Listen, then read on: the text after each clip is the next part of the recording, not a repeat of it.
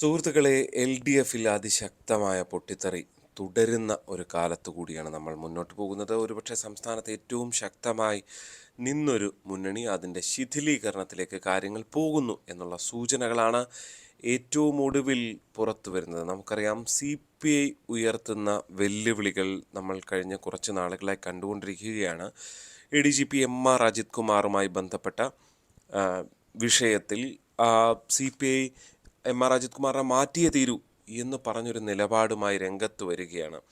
അവിടെ മുഖ്യമന്ത്രി പിണറായി വിജയൻ്റെ അടക്കം നിലപാടുകൾ സംശയകരമായി വീണ്ടും വീണ്ടും ചൂണ്ടിക്കാണിച്ചുകൊണ്ട് സി പി ഐ പല ഘട്ടത്തിൽ അത്തരം സൂചനകൾ നൽകിക്കൊണ്ട് രംഗത്ത് വന്ന് അതിനൊക്കെ പിന്നാലെയാണ് ആർ ജെ ഡിയും സമാനമായ വിഷയവുമായി രംഗത്ത് വരുന്നത്. ആർ ജെ ഡി ഉന്നയിക്കുന്ന വിഷയം തീർച്ചയായും വളരെ ഗൗരവമുള്ളൊരു വിഷയമാണ്. ആർ ജെ ഡിയുടെ സെക്രട്ടറി ജനറൽ വർഗീസ് ജോർജാണ് ഇത് സംബന്ധിച്ച നിലപാട് തുറന്നടിച്ചുകൊണ്ട് മാധ്യമങ്ങൾക്ക് മുന്നിൽ രംഗത്ത് വന്നത് എന്നുള്ളതാണ് ഏറ്റവും ശ്രദ്ധേയമായിട്ടുള്ളത്. അതാദ്യമൊന്ന് പറയാം.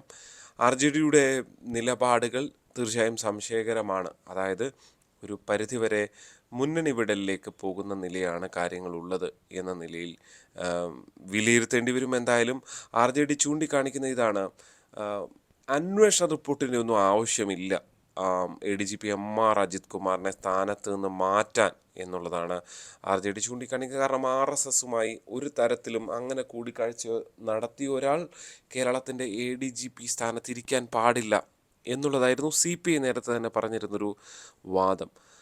അതേ നിലപാട് ആർ ജെ ഡിയും പറയുകയാണ്. അതായത് ഇതൊരു സർക്കാരല്ലേ എന്നുള്ളതാണ് ആർ ജെ ഡി ചൂണ്ടിക്കാണിക്കുന്ന പ്രധാനപ്പെട്ട വിഷയം. അതായത് എം ആർ അജിത് കുമാറെ മാറ്റിയത് മുഖ്യമന്ത്രി എടുക്കുന്ന ഇപ്പോഴത്തെ തീരുമാനമെല്ലാം നിരാശപ്പെടുത്തുന്നതാണ് ഈ വിഷയത്തിൽ എന്നാണ് പറയുന്നത്. പ്രശ്നം ഒരു ചെറിയ പ്രശ്നമല്ല. ആളുകൾ കാണുന്നത് പോലെ ചിരിച്ചു തള്ളുകയാണ് മുഖ്യമന്ത്രി പല ചോദ്യങ്ങളോടും കഴിഞ്ഞ ദിവസം വാർത്താ സമ്മേളനത്തിൽ ചെയ്തത്. അന്വേഷണം ഒന്നുമല്ല വേണ്ടത്, ഇതിൽ നടപടി വേണം. കൂടിക്കാഴ്ച എന്നുള്ളത് എല്ലാവരും അംഗീകരിച്ച വസ്തുതയാണ്. ഇതാണോ ഈ ആർ എസ് എസിനോടുള്ള സമീപനം എന്ന് ചൂണ്ടിക്കാണിക്കുകയാണ്. സി പി എമ്മും മുഖ്യമന്ത്രിയും ഒക്കെ ഇക്കാര്യത്തിൽ വ്യക്തത വരുത്തണം. സി പി എമ്മിൻ്റെയും മുഖ്യമന്ത്രിയുടെ ഒക്കെ വ്യക്തത, നിലപാട് വ്യക്തമല്ല എന്ന് തന്നെ പറയുകയാണ്. അജിത് കുമാറിനെ ഏറ്റവും കുറഞ്ഞത് ക്രമസമാധാന ചുമതലയിൽ നിന്നെങ്കിലും മാറ്റി നിർത്താനുള്ള സാഹചര്യം ഉണ്ടാകണം. മുഖ്യമന്ത്രിയുടെ ഈ കാര്യത്തിലെ വിശദീകരണങ്ങളൊന്നും തൃപ്തികരമല്ല എന്നും അദ്ദേഹം പറയുന്നു. അതിന് അഭിമുഖം ഇനി തെറ്റായി നൽകിയിട്ടുണ്ടെങ്കിൽ അതിൽ ഇച്ഛാശക്തിയോടുകൂടി നടപടിയെടുക്കുകയല്ലേ വേണ്ടത്. പി ആർ വിവാദത്തിലും മുഖ്യമന്ത്രിയെ തള്ളിക്കൊണ്ട് ആർ ജെ ഡി രംഗത്ത് വരുന്നു എന്നുള്ളതാണ് ഏറ്റവും ശ്രദ്ധേയമായിട്ടുള്ളത്. എന്തായാലും എം ആർ അജിത് കുമാറിനെ ഇപ്പോൾ മാറ്റും എന്ന് ഉള്ള വിവരങ്ങൾ സി പി ഐക്ക് ഉറപ്പ് ലഭിച്ചതായിട്ടുള്ള വാർത്തകളും പിന്നീട് വരുന്നുണ്ട്. ഇനി എന്ത് തന്നെ ആയിക്കോട്ടെ, ഒരുപക്ഷെ നിയമസഭയിൽ ഒരു പ്രതിഷേധം ഉണ്ടാകുമ്പോൾ അതിൻ്റെ പിന്നാലെയൊക്കെ ആയിരിക്കും മാറ്റാനുള്ള സാധ്യത. പക്ഷേ അവർ ചൂണ്ടിക്കാണിക്കുന്നത് വളരെ വസ്തുതാപരമായ കാര്യങ്ങളാണ്. കാരണം ആർ എസ് എസുമായി കൂടി ആരാണ് എ ഡി ജി പി സ്ഥാനത്ത് ഇരിക്കേണ്ടത് എന്ന് സർക്കാരിന് തീരുമാനിക്കാം. അത് ഇപ്പോൾ ആർ എസ് എസിനെ കണ്ടതുകൊണ്ടോ കാണാഞ്ഞതുകൊണ്ടോ ഒന്നൊന്നുമില്ല. ഒരു ആരോപണ വിധേയനായ ഒരാൾ ആ സ്ഥാനത്തിരിക്കുന്നത് ഇടതുപക്ഷ സർക്കാരിന് നല്ലതല്ല എന്ന് ചൂണ്ടിക്കാണിച്ചുകൊണ്ട് തന്നെ മറ്റൊരാൾക്ക് ചുമതല നൽകാം. അതിലേക്ക് കടക്കാതെ വലിയൊരു അന്വേഷണം, എത്രയോ നാളുകൾ നീളുകയാണ് ഈ ഒരു അന്വേഷണത്തിന് എന്നുള്ളതാണ് കൗതുകരം.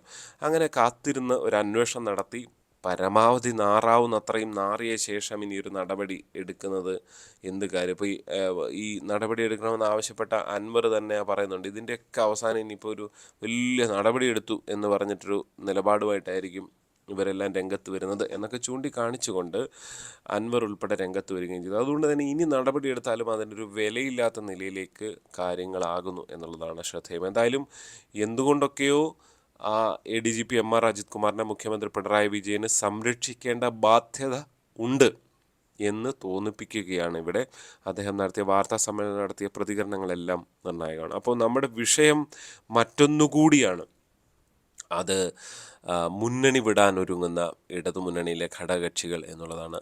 സി പി ഐ മുന്നണി വിടുമോ എന്ന ചർച്ചകൾ അവിടെയുണ്ട്. സി പി ഐക്കായി വാതിലുകൾ തുറന്നിട്ടിരിക്കുന്നു എന്നുള്ള വിലയിരുത്തലും എന്നുള്ള അഭിപ്രായം യു ഡി എഫ് നേതാക്കൾ പ്രകടിപ്പിച്ചു കഴിഞ്ഞു. പക്ഷേ യു ഡി എഫിലേക്ക് തൽക്കാലം സി പി ഐ പോകാനുള്ള സാധ്യത കുറവാണ് എന്ന് തന്നെയാണ് വിലയിരുത്തുക. പക്ഷേ മുന്നണി വിടാൻ മറ്റൊരു പ്രധാനപ്പെട്ട കക്ഷി തയ്യാറാകുന്നു എന്ന സൂചനകൾ തന്നെയാണ് പുറത്തു വരുന്നത്. അത് ആർ ജെ ഡി ആണ് എന്നുള്ളതാണ്.